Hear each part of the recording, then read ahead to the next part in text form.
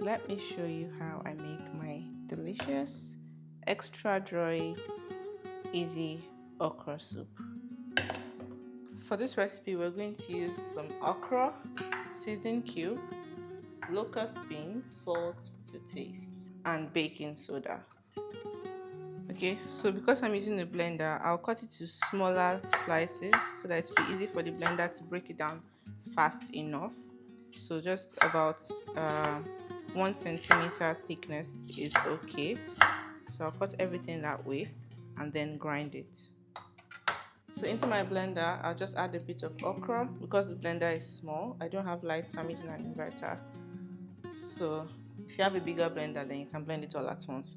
So I'll add water to the level of the okra because okra is slimy. So you need help to you need to give it enough water to move around while it's grinding so that it blends to the text, to the roughness that you like. So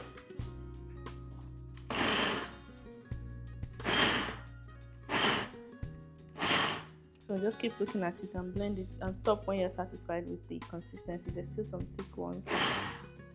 I think 2 more times should be good. Right. So depending on how rough you like it to be, really. So that's the consistency. You can see that that's a good thickness. If you're cooking for someone that doesn't like to see their iru inside their soup, you can just blend the iru with the okra and pour it together. I'll just blend it into a smooth paste and then add it at the next stage I'm about to show you now.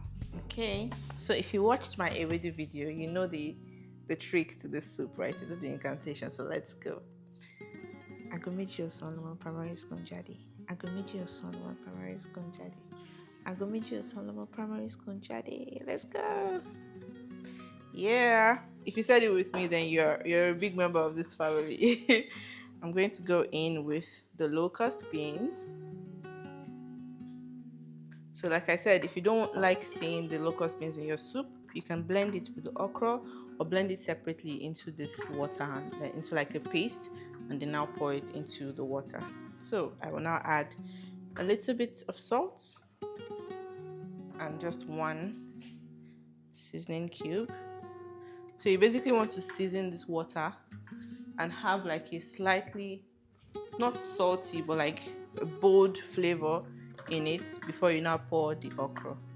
Why do you do that? Because okra is very slimy, and if you don't melt the seasoning and all the stuff properly into the water, you won't be able to mix it very well when you add the okra.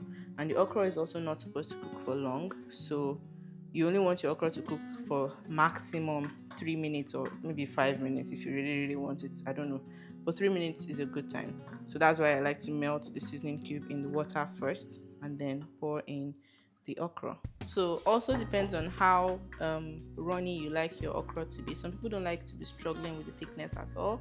Just like put more water or maybe blend it with a little more water, but I'm good with this.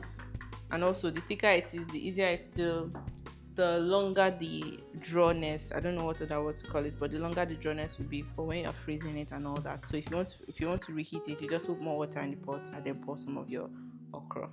So let's cover. So I'll wait for this to boil and then I'll now pour in the okra. Okay, so in goes the okra.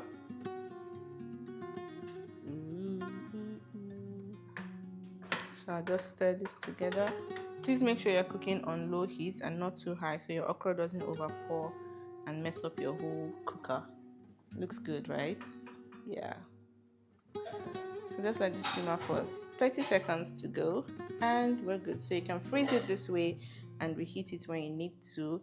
And yeah, you have enough okra for, if you're a family of 2, enough okra for about 3 servings. If you enjoy watching this video, please don't forget to like, share and subscribe, and be sure to check out some other videos of mine. I'm sure you'd love them and find them very helpful. Bye. Have a good day.